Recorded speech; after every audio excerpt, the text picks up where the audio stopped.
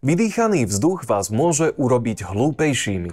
Keď dýchate, vydychujete do vzduchu CO2, oxid uhličitý.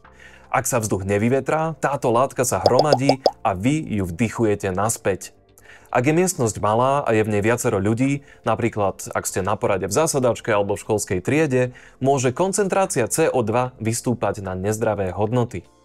V analýze viacerých štúdií z roku 2023 zistili vedci, že ak pracujete v miestnosti, v ktorej množstvo oxidu uhličitého presiahne 800 ppm, to znamená častíc na 1 milión, kvalita vášho rozhodovania sa môže znížiť až o 15 až 20 A to platí najmä pri mentálne náročnejších úkonoch. Okrem toho sa môžete začať cítiť ospalo. To znamená, že ak máte pred sebou dôležitú úlohu či stretnutie, radšej vyvetrajte. A pomôcť si môžete aj takýmto meračom CO2, ktorý sa dá kúpiť na internete. Vďaka nemu budete vždy vedieť, kedy otvoriť okno.